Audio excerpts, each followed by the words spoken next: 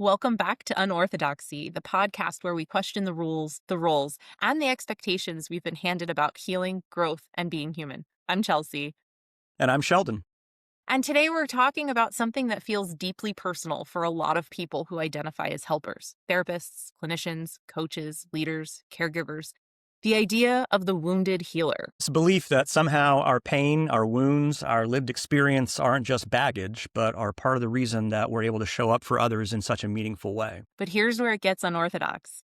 We're not just romanticizing suffering today. We're unpacking the tension between healing others while still healing yourself, and what happens when the wound is still tender. So we're asking hard questions like, where does empathy end and over-identification begin? When does lived experience become wisdom, and when does it become a blind spot? So whether you're a professional helper, someone who's always ending up holding everyone else, or just a human trying to make sense of your own scars, this conversation is for you. So let's get into it. Yeah.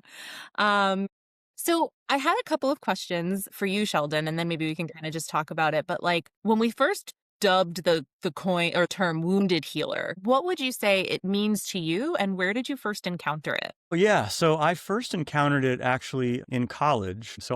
I went to Flagler College in St. Augustine, Florida. Go Saints. I have no school spirit, actually. We barely have any athletic teams, or had any at the time, at least.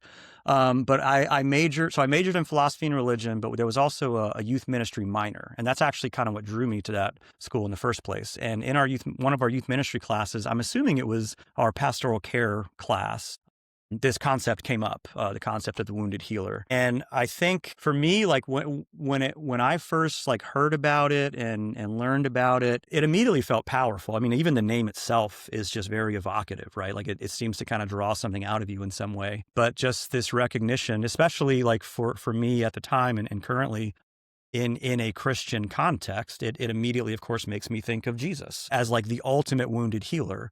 That it is through his, not simply the sacrifice on the cross, but I think like what someone like Paul would say is this self-giving love that does not try to hide our wounds, does not try to pretend like we have it all together, that we have all the answers, that, I am this great authority who is, speaking from kind of a distance in some way, but that like we're down in the mud together.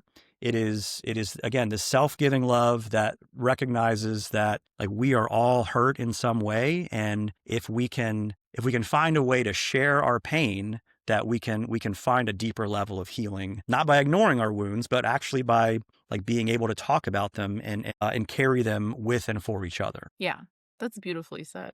That Thank kind of you. leads me to think like, do you think people are drawn to like these helping professions or helping positions because of their wounds? Or do you think that the Hmm. wounds kind of sometimes either come from the work or are enlightened because of some of the work that we do, like our Well, that's a clients or great customers or question. consumers kind of reflect to us? Yeah, that's a great question. I mean, I do think there's a level on which we are drawn to it because of the wounds in some way, though it may not always be conscious, right? Like I think one of the things that I have realized over the last, I talked a little bit in the last episode about this whole upheaval that I've been going through, in my own life. And one of the things that I've learned over those last 2 years, I think about myself, is that I think part of what drew me to ministry in the first place, again, subconsciously in some ways, was like, if I can help other people deal with their pain and their stuff, then I don't really have to look at mine, right? Like I can be that person speaking from a place of authority and wisdom. And I can even kind of like cosplay wounded healer a little bit, right? Like I can throw in a little bit of like what seems like vulnerability and maybe even received as vulnerability by some people. But for me, it feels like perfectly safe. And it is actually not going into those deeper, darker places. And so, yeah, I think there's a level on which when we really give ourselves to the work, it, as a caregiver and as a receiver of care, it starts to open up like, oh, like, dang, like this is actually what's been going on the whole time. I just didn't realize it, Does that make Yeah, sense? it does. It does. I know for me, like, it was just kind of a play on words a little bit, like when we were talking about like our Mm, own internal wounds and also being healers. But then you sent me a picture of like a book or something that was entitled Wounded Healer. yeah, Tell me a little bit about that because I was like intrigued, but I was like, I'm going to save it for the podcast. I've got it right here. Got it right here. Yeah, this is a book by Henry Nouwen. It was written, probably like these or something. He was 72. So he's a Catholic priest who he's awesome. I don't if you get me on a tangent, I will talk forever about Henry Nouwen. He's just one of these great people. But yeah, so this is really like, it was through Nouwen that I was first introduced to this concept. We read a lot of Henry Nouwen in that program. Is wonderful. And this is his kind of perspective on what this looks like within a particularly ministry context. And it's funny. I mean, I'm sure I read pieces of this in the past, but this is the first time I actually like sat down and read it all the way through. It's a short little book. It's only 100 pages, and he spends a lot of time kind of diagnosing the situation of like culturally, like who we are and like where we are or where they were at that particular moment. And it's really fascinating too, because in a lot of ways, like it just sounds, you could take what he wrote in 1972, helicopter into 2025. And it's like, yeah, man, like that's who we still are, Yeah. This is the beginning of like, technological booms, and there's just so many shifting kind of political things are happening in the world, and people are feeling more and more isolated, right? And that, I think, is the thing that has only accelerated since then. Is technology is such a gift in so many ways, and it has this incredible ability to connect us to literally like the entire world. Yet it seems that the primary consequence has actually been to isolate us further from each other. And so like in that kind of environment where people are so isolated, they're so turned inward on themselves, the wounded healer is one who is essentially just kind of willing to, he frames it a lot in terms of hospitality, which I think is a helpful way to think about it, because it's opening up this hospitable space that is not actually trying to do the healing ourselves, right? And that, I think this is an important point for now and just in general, is that as wounded healers, it's not actually we who do the healing. We are in some ways just kind of pointing in the direction, right? And being willing to walk alongside, because ultimately, and again, like, and I'm sure you would say the same, but like, whatever healing I've experienced in my own life, as great as you are, Chelsie, like you didn't heal me, right? No, Right? Like, I just handed you the tools. I was like, here, do it. Exactly. And that's it, man. Like we can hand each other these tools and we can walk alongside each other, and we can, like, and I kind of hate like the language of like holding space for each other because it's so overused, right? But like, that's what we got to do. Like, we just gotta be willing to sit there like in the shit with each other and just be like, hey, it's okay. It's okay that we're here. It's okay for you to be here. And it's okay for me to be here in this with you, because otherwise we just try to ignore it, stuff it down, and push it away. Like, healing does not come through that, as I'm sure you know very well. You've I seen do. over and over again. I do. And it's so interesting too, because it's like, as we're talking, I'm thinking of like this saying that it's heard a lot in like the AA rooms and stuff, but like hurting Mm-hmm. people hurt people, Yes. right? Yes.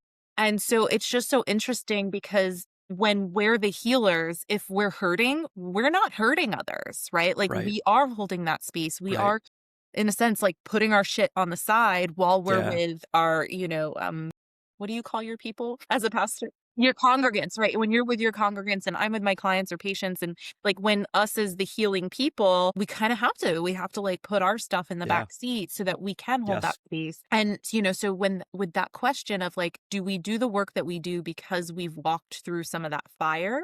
Mm-hmm. Like, is it kind Yeah. of calling us in that way? I think that that's just so interesting. And I saw that a lot in like in school to be a therapist, like a lot of like Mm-hmm. kids, young adults would like Yeah. raise their hand and be like, I have a question about a friend. Right. You could tell it was like about them, but really, That's awesome. and That's so it's awesome. like, Yeah. I think, and I don't know if this is true for you, but like I get so much value from the work that like I do with my clients. Like I learn so much about myself. Like so Yeah. often they're the mirrors for like whatever I'm going through at the time. Like it's so amazing. So it's like, yes, we're human too, the healers. Yeah. We're Yeah, just for people sure. too. Yeah. I'm really curious, Chelsie, how you think about like, so for instance, I think as a pastor, and particularly like in sermons and just in my conversations with people, it can be really, really helpful for me to like share some pretty vulnerable things, whether it's about my own spirituality and doubts and that, whether it's about, my own frustrations with the world and this and that. Like it can be a helpful connecting point, but also like there are times where it can bleed over into less about being vulnerable and opening space and more about like me or the preacher just kind of bleeding from the pulpit. Yep. because the wound is still open, right? It's still festering. Yep. And so like, I'm curious how you think about that as a therapist. Like, Yeah. what is the place of that kind of like personal vulnerability where you're sharing things from your own life and your own experience versus, like, again, like bleeding over into that other less healthy thing? And yeah, how do you think about that balance? Sheldon, you and I are on the same wavelength because I was just going to ask you, how do you know when the wound is informing the work versus Yeah. running the work? Like you and I are Yeah. so on the same wavelength. That's great. It's almost like we planned something in advance, but we didn't. So No, this is the only scripted part was the intro. Like that's none of right. this is That's scripted. right. It's just so funny. Like that was like my next question. That's great. In therapy school, like in school to be a therapist, they talk about not, discussing yourself. Like back when I was in school anyway, because, I'm ancient. It Got a was like, birthday coming up. yeah, birthday coming up.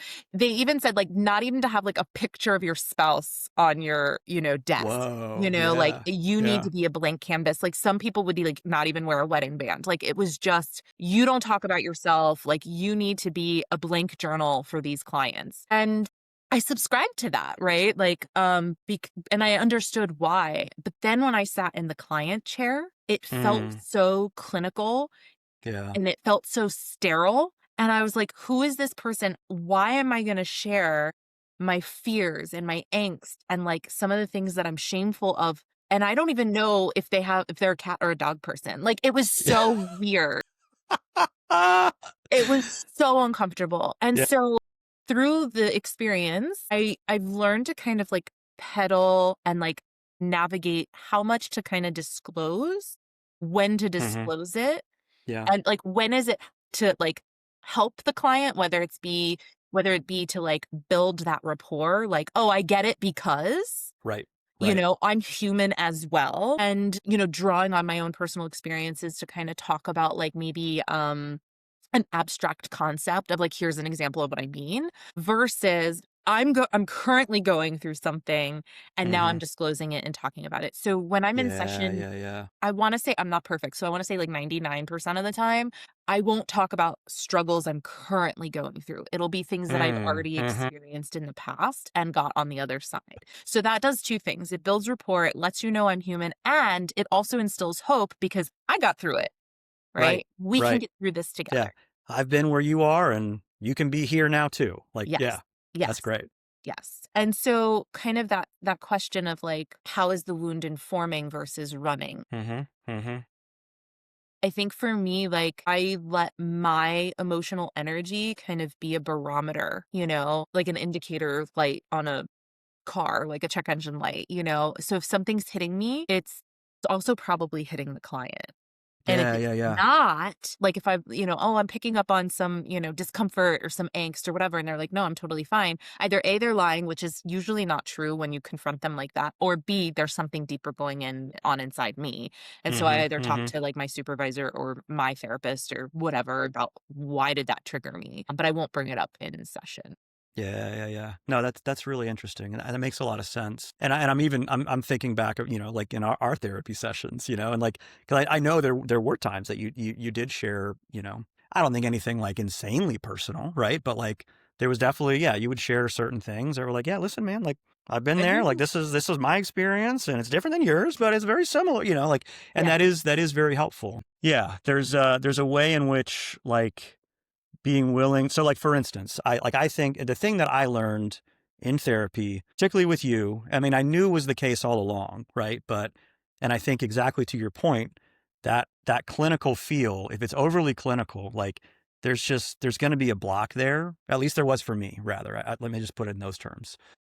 Like what we have to be willing to do in therapy, shocker, is like tell the whole truth and nothing but the truth, right? Like be willing to like say those deepest, darkest, most shameful things and have it be received by another person who like mirrors back goodness to you, even though you said the worst thing that you could ever possibly say about yourself, or at least you think so, right? And so like, it wasn't until working with you that I was able to get to that place where it was like, okay, like I'm just going to rip off some Band-Aids and say some stuff that I've literally never said to anybody and don't ever want to say to anybody. Right. And like in my head, I'm thinking this is probably going to be our last session because Chelsea's going to hear this and be like, this guy is messed up. Like he needs real help. Like we're out of here. And like, I start spilling my guts and you're like, yeah, cool. Like, that's totally normal. Like, I'm here with you, buddy. I'm like, okay, cool. That's great. Thank you. But like, it's that kind of, I think that's what that can open up for us, is it can be a gift that allows, again, whether it's a congregant or a client, opens up that space for them to be able to actually tell the truth about themselves, maybe to themselves for the first time, but probably also, to someone else for the first time. So I guess like there's also this like shadow side of Mm-hmm. the wounded healer, like turning pain into an identity. And Right. so I Right. guess like what would you say from obviously, I mean, you work with people all the time. So what would you say the danger of like turning that pain into identity is or could be? Yeah, it's a great question, because when we over identify with our pain, like it seems like it just becomes like who we are, and there's no possibility on the horizon of it being different, Like I even think about this sometimes, like when it comes to like my own experience of like depression and things like that, like even like saying to yourself, like I am a depressed person. Like I'm just a person with depression. Like that's just who I am. It's who I'm always going to be. And maybe that's true on some level, but also like my experience today is wildly different from what it was 2, 3 years ago. And I don't have that, like I don't live from that place of identification anymore. And I think that's the case with all sorts of things. We can become overly identified in all sorts of directions that are ultimately unhealthy. And so I think it's about being able to recognize, like see the pain, like look directly at it. Cause like that's step one. Like we're not good at that already, right? Like I was especially terrible at this, like being able to like look at it, like see the pain, like allow it to be a part of who you are, allow it to exist as it is, but not necessarily saying like, this is who I am and that's that. Because yeah, we're closing ourselves off to all sorts of possibilities. We're closing ourselves off to all sorts of avenues of healing, I think. Yeah, I don't know. What do you think about that? I Yeah, think very it curious. becomes that labeling, right? And then it's like a self-fulfilling prophecy. It's like that difficult Yeah. kid, that Yes. difficult student, and they Right. become the problem, child, and then it's like I'm the mess up, right? I'm the Pacey Witter of Dawson's Creek kind of a persona, right? Like can just never do right no matter what Amazing. path I take, Yeah. right? Yeah. And so yeah, it's that labeling. So I am a depressed person, and it's like it's really hard to get on the other side of it versus Yeah. I'm feeling depressed or I'm Yeah. experiencing depression. Yes. Yes. Exactly.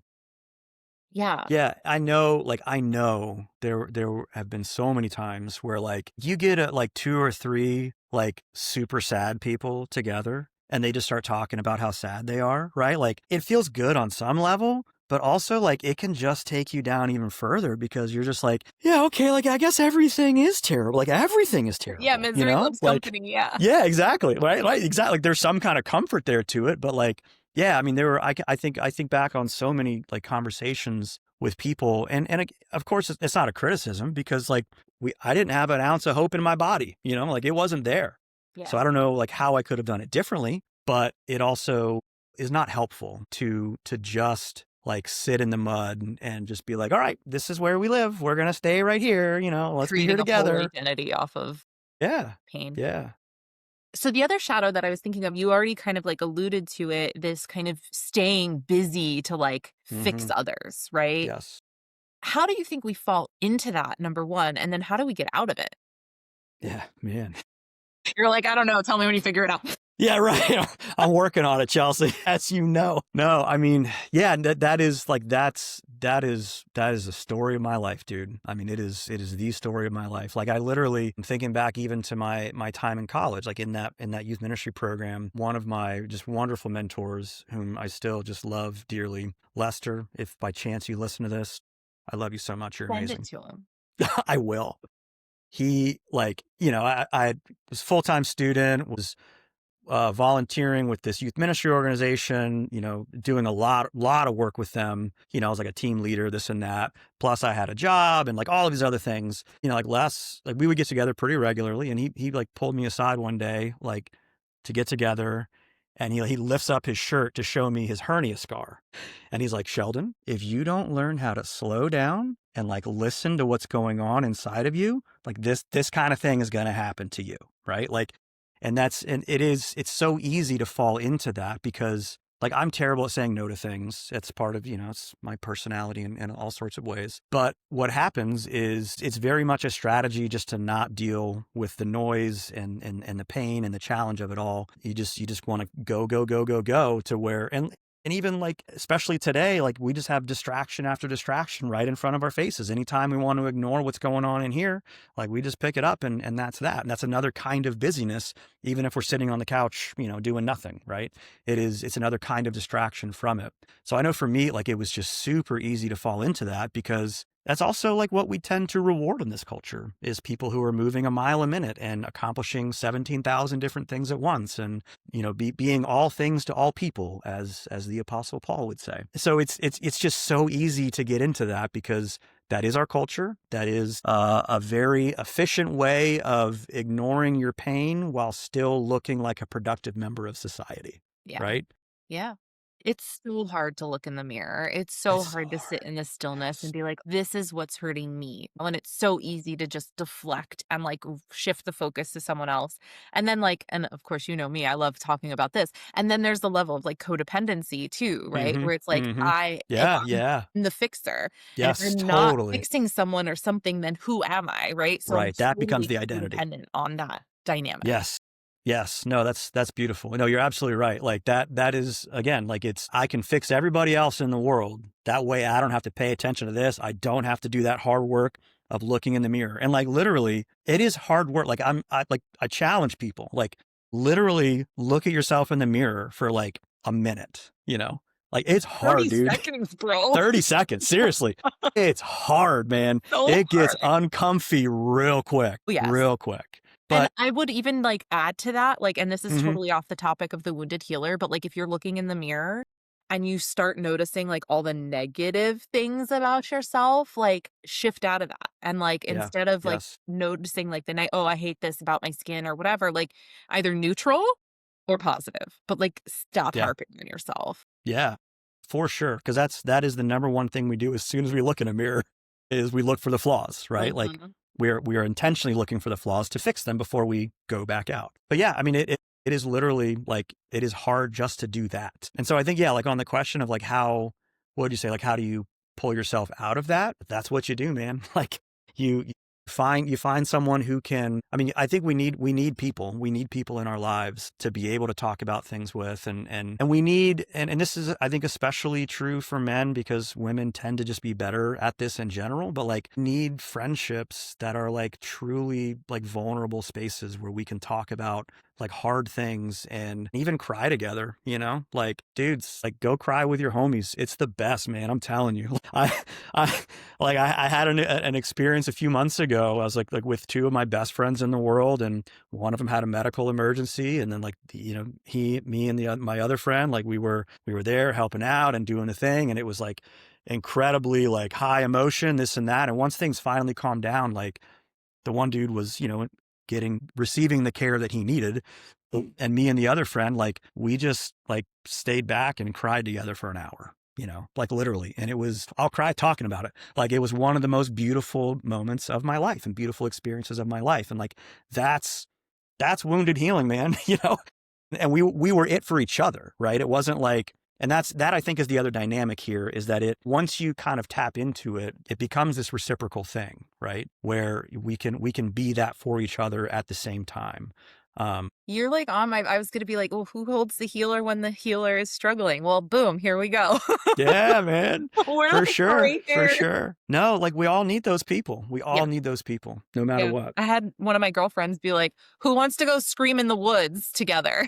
Dude, that sounds awesome. It sounds amazing. So, yes, I love the hug and kumbaya stuff, but no, I wanna go Yeah. scream in the woods. Uh-huh. Uh-huh. Absolutely. There is Yeah. room for that too. Yeah, so I think we as healers, we definitely need our supports, we need our outlets, we need to know also too, like, when healthy self-disclosure, like, what does that look Yeah. like? When does it cross a line? How to not Yeah. cross that line, that kinda stuff, right? So, just kinda making sure that there's healthy ethical boundaries being upheld, Yeah. Absolutely. you know, not necessarily like collapsing into someone else's story and things like that, which happens. It's so easy to kind of like get caught up in that.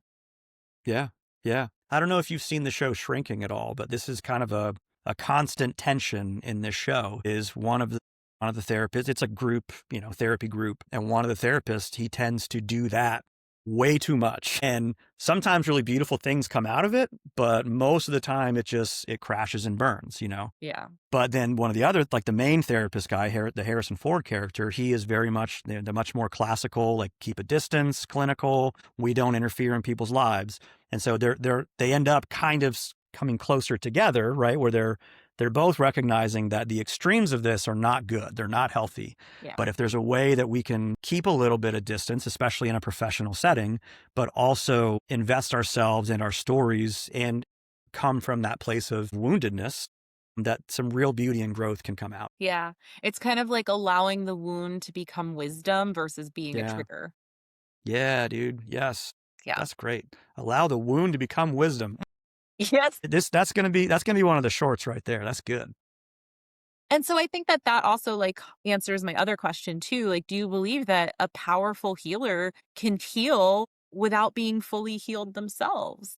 Yeah, man. It's such a good question. Okay, so I've been going through a thing kind of around this question. I think. Yeah, I think it'll make sense. Where like, again, the last 2 years have just been this dramatic change and transformation for me in so many ways. To a point where like I can be tempted to look back on myself, or I have been tempted to look back on myself, of 2+ years ago, and just look at that guy and be like, man, that guy was a miserable piece of crap. Like, he had nothing good to offer anybody. What were you doing in ministry at all? Like, that was irresponsible. You were, and you were a bad parent, and you were a bad this, and you were a bad that, right? And then realizing like, hold on, like this is a bad pattern that we're falling into. Yeah. But also like, for instance, like I came across a random like a note. It was really more of like a comic book that one of my former students from when I did campus ministry, that one of my former students made for me as like a thank you. And it's the sweetest thing anyone's ever done, written, said for me, about me, whatever. But it was this wonderful like reminder that even in my lowest times, like even in those places of like just deep woundedness where there was a little bit of healing going on, but not a whole lot, I still had something to offer, right? Like there was still goodness that was there. There was still the ability to speak to people's pain. Again, at times I was probably bleeding too much on people.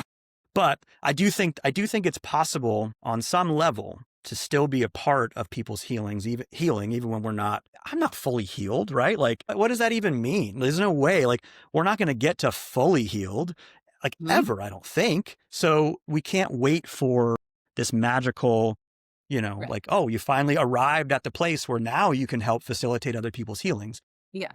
It's just, yeah, it's recognizing, it just requires a lot of self-awareness, I think. And yeah. And then, talking about this like fully healed, I think there are certain aspects you can like fully heal from, whether it's like, I Sure. don't want to say traumatic, but like there's certain things like I'll just speak on myself, like postpartum, right? Like I feel like I'm fully on the other Yeah, yeah, yeah, side yeah. of that Totally, struggle. totally. So I think that there's that component, but I don't think that it's ever fully finished. I think we're constantly like integrating, constantly Yes. morphing, constantly growing.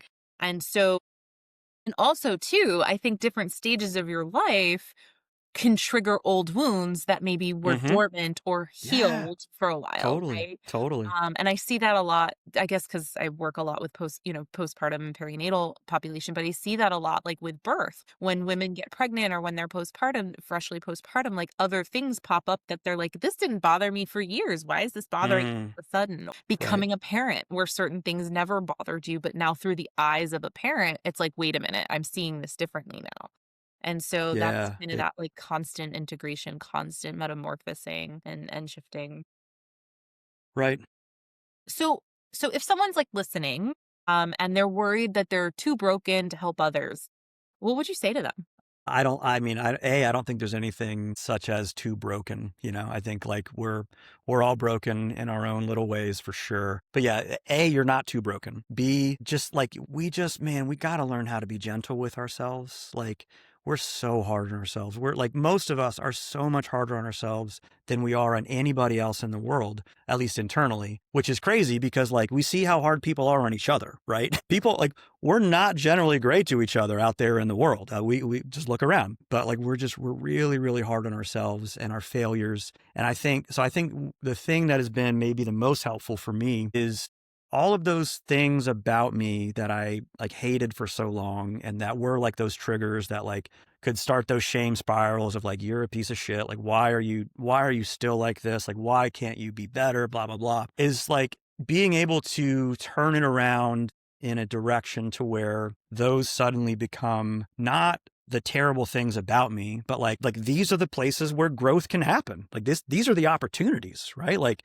it's no longer about feeling guilty about your shortcomings and your failures. It's like, bring them on, like bring on the next shortcoming, bring on the next like stupid thing inside my body and let's deal with it. Right. It really is like, just if you can begin that turn of just ending the shame spiral and ending all of those negative, thoughts and that negative self-talk that we do. And instead be like, okay, like if this bothers me so much, like I got to look it in the eyes, right? Again, look it in the mirror and say like, where is this coming from? Like what is the deeper thing that's going on here? I also think, I'd be curious what you have to say about this, Chelsie, but like for me, there's a way in which like just being okay with all of those shortcomings, just saying to myself, like, I'm not even going to try to change it. Like, this is just it. This is who I am. And I got to be okay with that right now. Right. That that's like liberating, and B, suddenly those things that you hate about yourself, they just kind of start going away. You know what I mean? Like it's like you advance by giving up. Yeah. It doesn't make any sense at all, but like Well, surrendering to it all somehow I don't look at it facilitates as giving growth. up, that's acceptance. Yeah. That's what I mean. Exactly. Yeah. Like giving up the fight, Oh, yes. Yeah. Surrendering to it, right? Just saying, this is who I am. I accept that exactly as it is. Like I think about Thich Nhat Hanh, for instance. He talks, he's mindfulness and just wonderful Buddhist teacher. But he talks about like, if you're trying to quit a vice, like say you have a 2 glasses of whiskey every night before bed, and you want to quit. Like, don't try to quit. That's stupid. Just by telling yourself you're trying to quit, you're creating another attachment to the thing, right? So your sense of value is attached to whether or not you drink that night, right?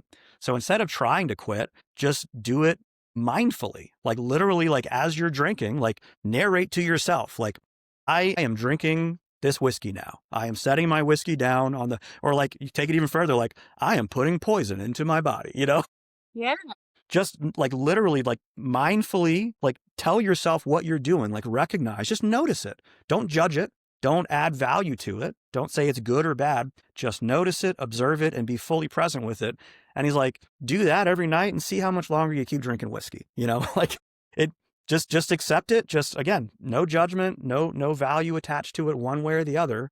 Allow it to be. And then suddenly you just kind of start growing into the person that you actually wanted to be, but couldn't force yourself to be. Yeah. And it's so true on so many levels. And now I want to nerd out about it. Like, because when we tell ourselves not to do something or we shouldn't do it, our inner rebellions want to do it more. Yes, right? exactly. You won't have the cookie. You can't have the cookie. And now I have like a sweet tooth craving, and you put off having the cookie, and now you eat the whole bag at the end of the night. Like, it's like, it's right. It's like psychological gymnastics, but Exactly. it's just, there's so many reasons that doesn't work, Totally. Yeah. My guy Jung, he would say, like whenever an idea is formed in consciousness, its opposite automatically plants itself into your subconscious, right? So when you say, I'm not going to eat the bag of cookies, you are also saying subconsciously, I am going to eat the bag of cookies, right? So you're creating this tension, you're creating this conflict that you then have to navigate. And guess what? Most of the time you're going to lose. Yeah. Most of the time we're going to go to the thing you said you weren't going to do. Right. So like even just framing it in that way of what I am going to do or what I'm not going to do, we are implanting the opposite, the tension in there for us that we then have to fight with. Yes. So instead, like, just let it be, man. Yes. If it's a harmful thing, that maybe that's a different approach. Or if we're talking about, like, I'm not an expert on addiction by any stretch. So if we're talking about addiction, there's different ways about it, yes, but very different. For the everyday kind of day-to-day things that we're talking about, like, just notice it and allow it to be. Like, it's weird, man. There's some kind of weird alchemy that happens there where you're like, I don't have a desire for cookies anymore. Like, what happened? So this was a very long answer of no, you're not too broken. Go Yeah, ahead. right. Is that where we started? Is that That's where we where started? Yeah, cool. We Yeah, went that makes sense. way That off. makes sense. No, you're not too broken.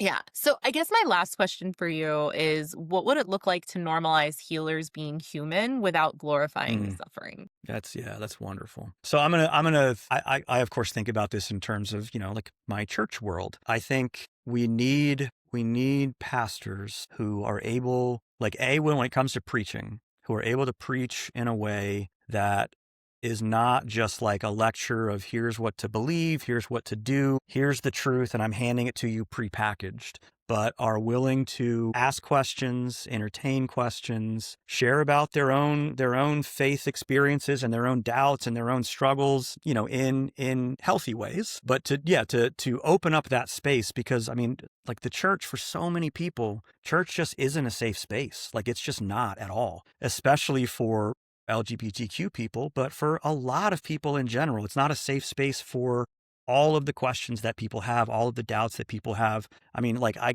can't tell you how many people we have, like, in our church right now who came to us from a different tradition, like different traditions, different churches, that, like, their experience was, I got to a certain place in my faith where I started asking these questions and suddenly I was unwelcome, right? I wasn't allowed to ask these questions anymore. And in fact, like, very directly pushed away. So I think we need leaders and, healers who can model that, but who can also, like, as you said at the beginning, like, who can point to the hope that is still there, right? That who can very clearly say, like, yeah, man, like, it's okay to be asking these questions. It's okay to go through these experiences. Like, I have too in some ways. And there is, there's light at the end of the tunnel, whatever that might be.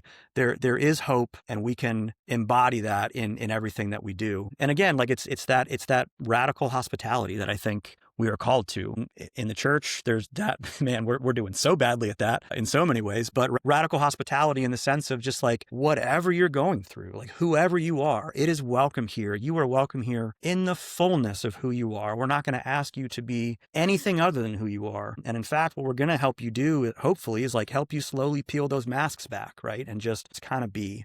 I don't know, what do you think in a clinical context? Healers being human without glorifying Yeah. the suffering. I see a lot of, like, martyrdom, you know? Uh-huh. Yes. And I think that kind of goes back to, like, not losing yourself in other people's pain and in your own pain. And I don't know, I think we are human, and I think it's important to, like, recognize that we're human and that we're imperfect, but kind of, like, glorifying that suffering, it creates like a one-up culture. Oh, you stubbed your Yes. toe? Well, I broke my whole foot. Yeah, that's good. Oh, well, That's I right. broke my leg. Well, I lost my leg. Yeah, And yeah. it just kind of goes into that. And so I think as clinical healers, it's important to stay grounded, stay human, stay humble. And when erring on, not glorifying the suffering, like, would we want to glorify our own? Would we want our clients to glorify their suffering? Like, right? Like, so Right, it's kind of like right. also modeling what we're preaching, kind of practice what Mm-hmm. you're preaching Yeah, kind of thing. yeah, for sure. Yeah. That's- Well, no, and it's interesting because even thinking about, like, again, within the church world, there is there's a lot of Christians who are very obsessed with, like, the suffering of Jesus, right? And by his stripes we are healed, that kind of thing. And not so much like the teachings of Jesus, the love your neighbor, love your enemy kind of stuff. And so there's when we glorify the suffering, like, when, like, our guy, like, there are plenty of Christians, in other words, who would say Jesus was born to die. Like, that was his only purpose, was to be born to die so that we could be forgiven of our sins, which I don't think is the case at all. He was born for a lot more than that. But when that becomes, like, the only thing his life was about, like, it also makes me wonder, like, what kinds of suffering we're willing to justify in the world too, because ultimately it might be redemptive in some way. Even if it's not redemptive for those people, it could be redemptive for us. Like, maybe it's okay to let some of these people suffer. Maybe it's okay to bomb these countries or whatever it might be. We can glorify suffering on this kind of larger scale as well, to where suddenly the guy that we call the Prince of Peace is, toting an AR with an American flag draped around his back, right? And it's like, I don't think that's a weird kind of suffering that we're willing to inflict on the world, you know? Yeah.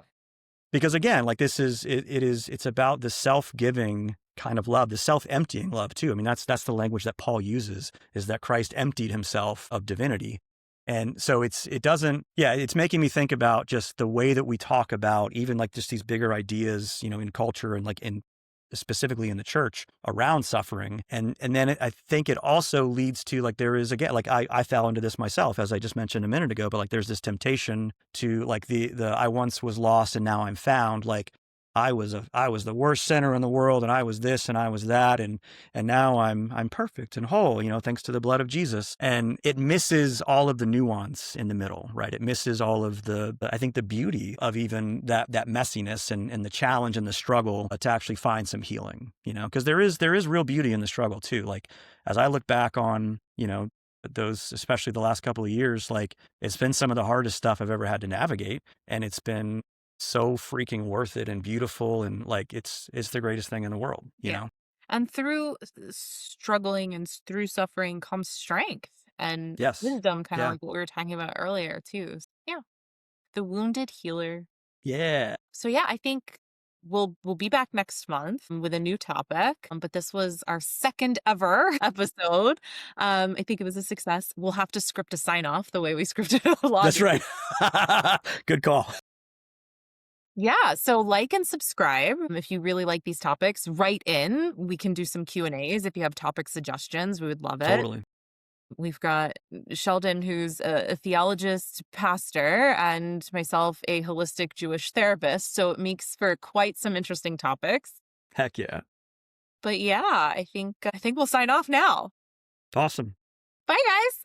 Bye. See you next month. Yeah, see you next month.